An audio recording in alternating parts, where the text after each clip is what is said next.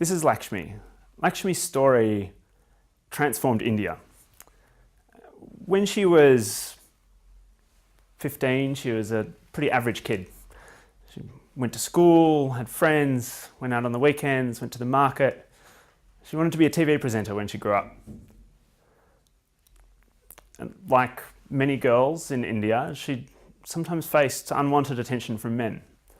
An older brother of a sister's friend started texting her, said, let's meet up, I love you, will you marry me?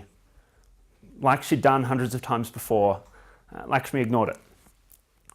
When she was 16, she was at the market waiting for a bus, and this 32-year-old man who'd been texting her drove up with two friends, threw acid all over her face, all over her body, all over her arms. Lakshmi describes the most indescribable pain, something she'd never even imagined was possible, as her skin literally melted.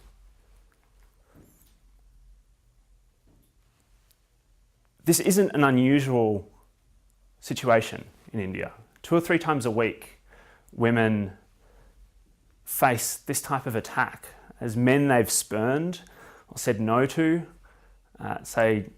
go out and buy acid and look to permanently disfigure them as a result of just not wanting their attention. And what typically happens in these situations is that survivors, they withdraw from society. They drop out of work, they drop out of school, they hide behind a veil and shut themselves out from the world. Suicide is not uncommon. But something was different in this particular situation. After 8 years, Lakshmi decided to take off her veil. She told her story on a petition on change.org, on a video on YouTube. She told her story, what she had been through, and what she wanted. And what happened next broke all of the rules.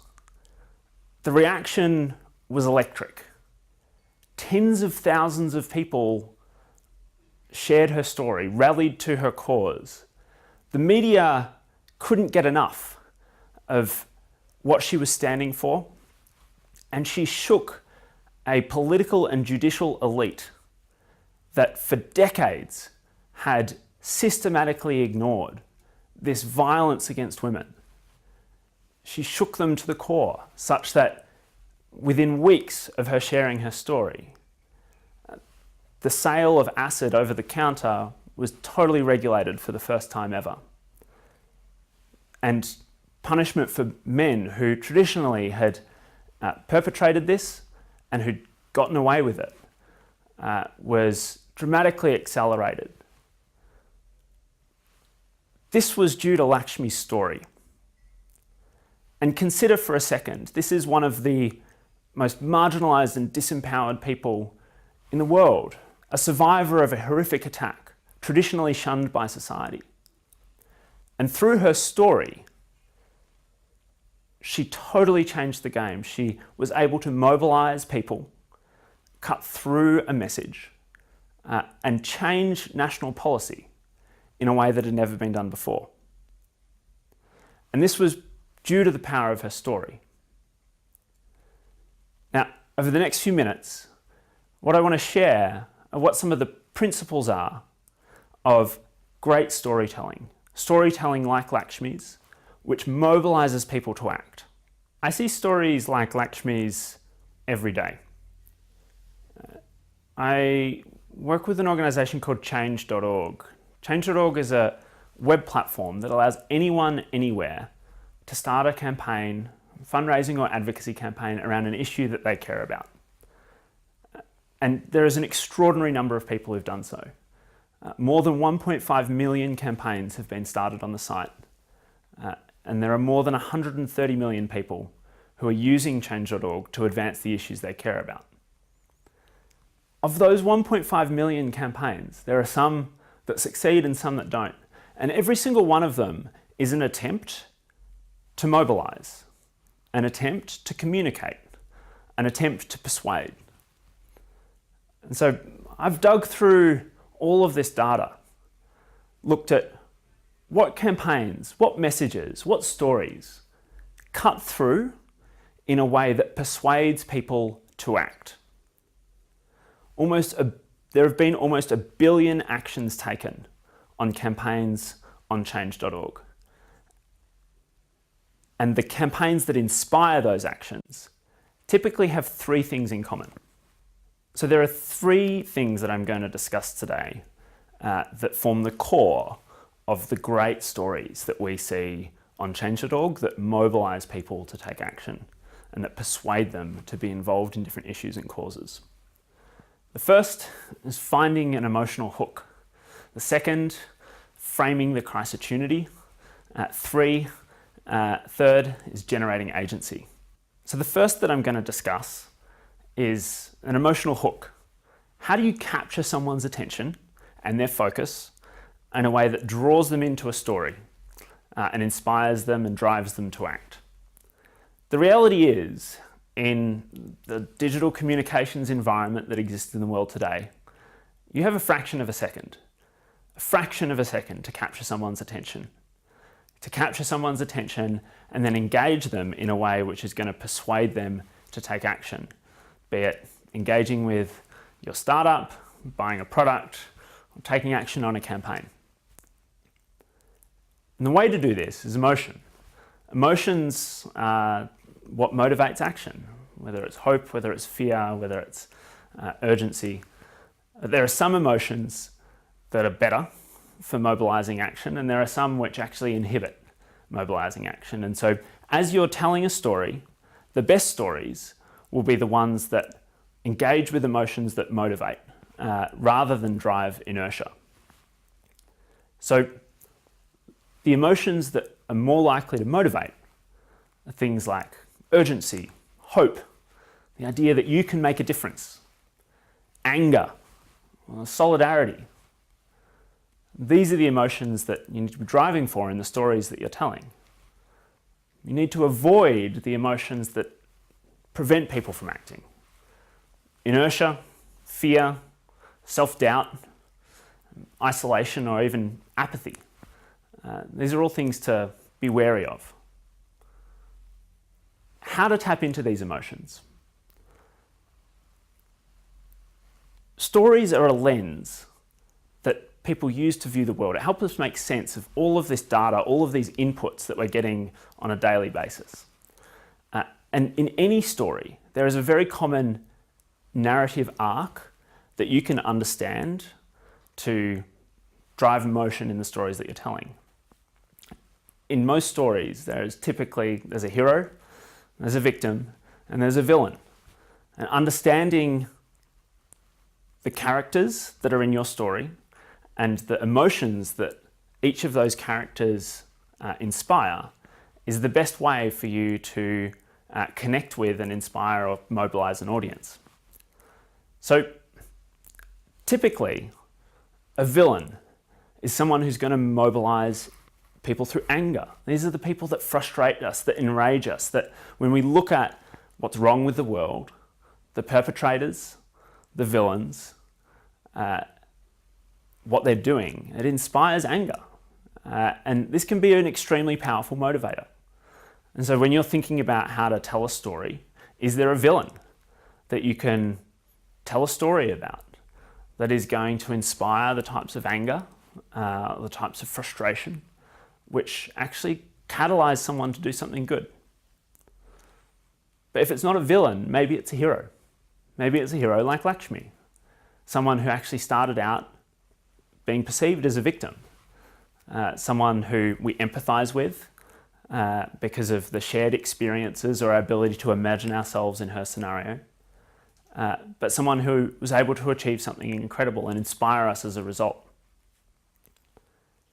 Your role as a storyteller is to identify who are the characters in your story that you can draw on and that you can place into a narrative so that you can inspire the types of emotions which hook people into the story and then drive them to take action. The second thread that great stories that mobilize people to action have in common is that they tell a story of a crisis-opportunity. Now, a crisis-opportunity is a moment in time where a critical and urgent challenge is faced, combined with a unique opportunity to solve that challenge. It combines two very powerful motivators. On the one hand, something terrible is about to happen. There's a reason that there's a saying, bad news sells newspapers. Pew Research did a study over 25 years and consistently found that stories about war, disaster, violence were the things that people paid the most attention to. And this is a natural human instinct to identify danger, things that could affect us in a dramatic way. And so we can't ignore the fact that crises, danger, are incredible motivators that capture people's attention. But we have to remember, we're here to mobilize people to take action. We don't want to depress them. We don't want to make them feel like there's nothing they can do. And so it's incredibly important that alongside the crisis, we match the opportunity. The opportunity that says we're on the brink of something great. Yes, we face this incredible crisis that should bring all of our attention to focus on it, but there is this once-off opportunity for us to change everything and find a solution. And when you know that this is a technique that can be used to mobilize people and to engage them, whether it's in a product or a campaign, you'll start seeing it over and over again. This juxtaposition of crisis and opportunity. There's two examples that I wanted to share. The first is Elon Musk. He recently launched the Tesla Powerwall. This is the battery which he thinks is going to transform the way that solar energy is stored, captured, and used in household homes. And he recently gave a product launch that many have said is one of the best product launches in the last few decades, beating Steve Jobs' announcement of the iPhone. And if you look at this presentation, and I recommend that you go out and watch it, if you look at it, you'll see that Elon Musk uses this crisis-opportunity technique over and over and over again. Crisis. We are running the most dangerous experiment in history right now, which is to see how much CO2 the atmosphere can handle before there is an environmental catastrophe. That gets your attention. It focuses us. But he doesn't leave it hanging there. Opportunity. We have this handy fusion reactor in the sky. It's called the sun. You don't have to do anything, it just works. It shows up every day and produces ridiculous amounts of power. Solar panels and these batteries, it's the only path that I know that we can use to do this, to solve this problem. And I think it's something that we must do, and that we can do, and that we will do. Crisis, opportunity. Throughout that entire presentation that he gives, he uses that technique over and over again. In this way that Lakshmi told her story, she juxtaposed crisis and opportunity. She says, 2 men threw acid on me when I was 15. In the last 3 months, more than 60 of these cases have been reported across India. This is a crisis right now. But there is an opportunity. We can build enormous pressure on the minister, let him know the whole country is watching, and we have less than a week to do this. It's this juxtaposition of crisis and opportunity, incredibly powerful motivator. And crisis-opportunities, identifying the crisis-opportunities that apply to your organization, your business, your campaign, the crisis that you're seeking to address and the opportunity that exists to solve it, and putting those two side by side is one of the most powerful storytelling techniques that you can use to mobilize people to act. The third feature of great stories that mobilize is agency. They generate agency in the audience. And the reason why this is important, and this is one of the things that has changed the most in the last decade, it's not enough for good storytelling to just connect or inspire. It's not enough to engage people deeply, but leave them as passive consumers. The opportunities provided by the digital age, by the ability to connect online, is to actually involve people in every element of the story. And the best stories do this. They weave it deeply into the core of how they're telling their story, of the messages that they're sending, that you as the audience have a role to play in completing this story. There are two ways that good stories build this into the core of their narrative. The first is what's called the theory of change. An audience-focused theory of change is a cause and effect sequence that begins with an action the audience can take and ends with a resolution to the crisis that you were talking about earlier.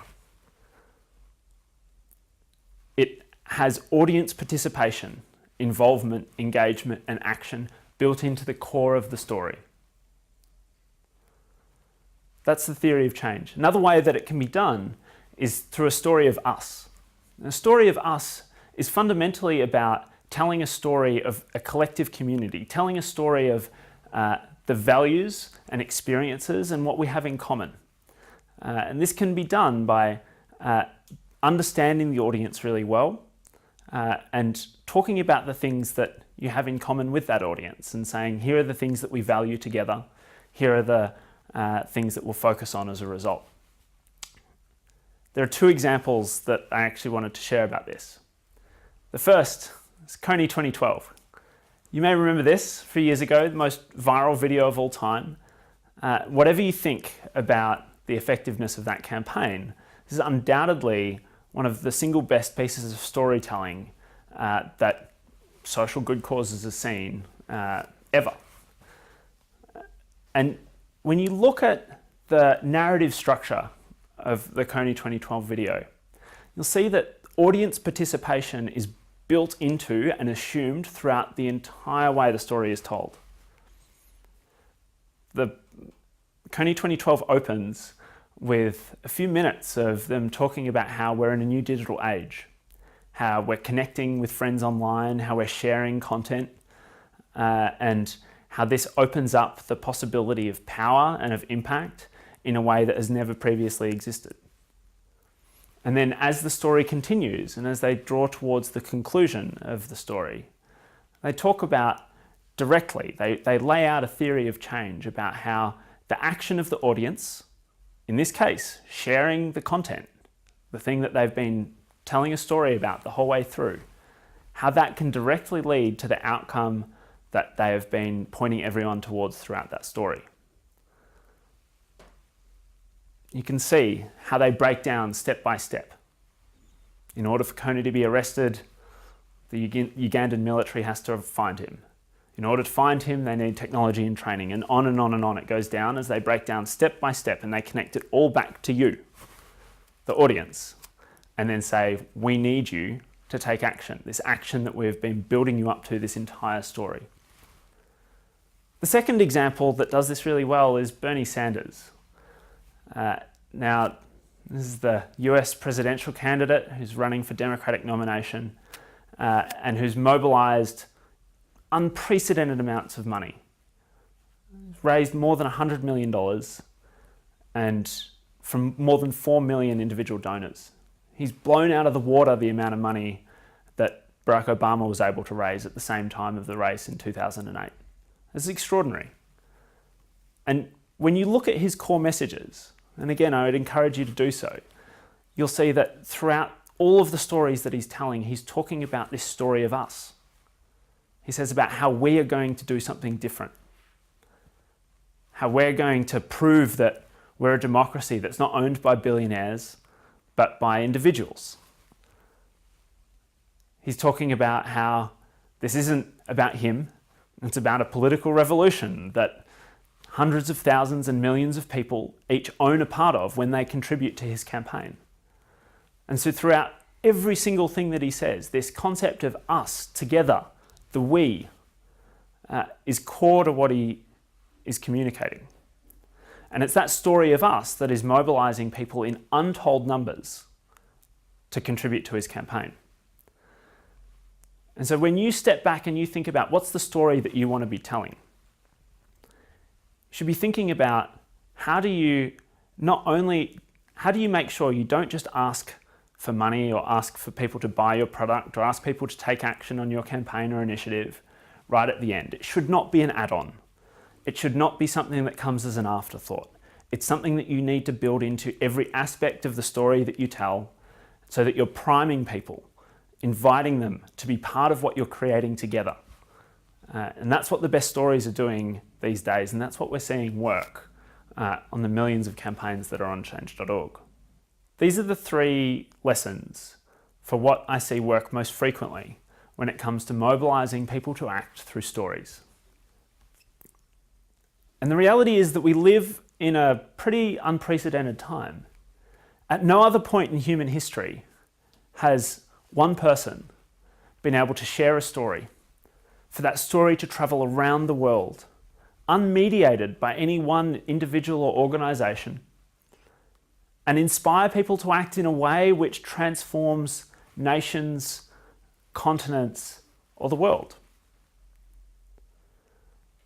Lakshmi, who I was telling you about earlier, and whose early dream before she was attacked was to grow up and to be a TV presenter.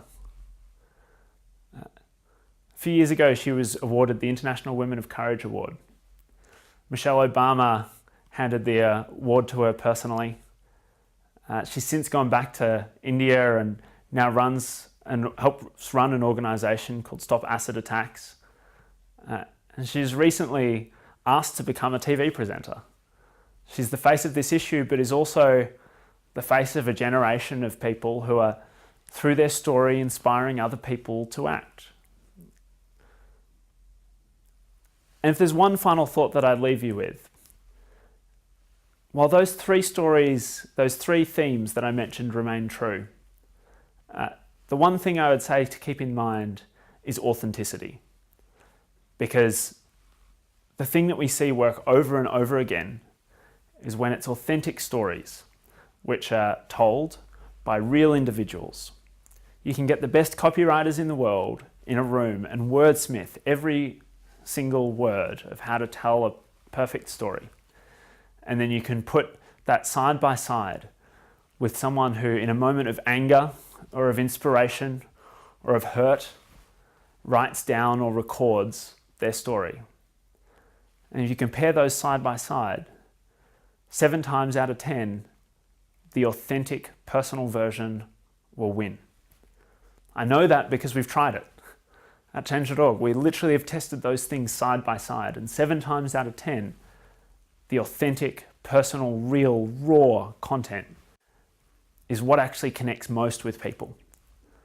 And so when you're looking to tell your stories about your products or about your campaigns or about your organizations, go out there and find the people who are affected by what you do and who are in support of what you do. Get them to tell your story in their own words.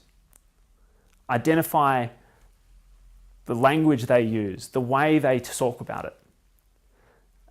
And then lift up that content, lift up those stories, because that's what's actually going to connect most.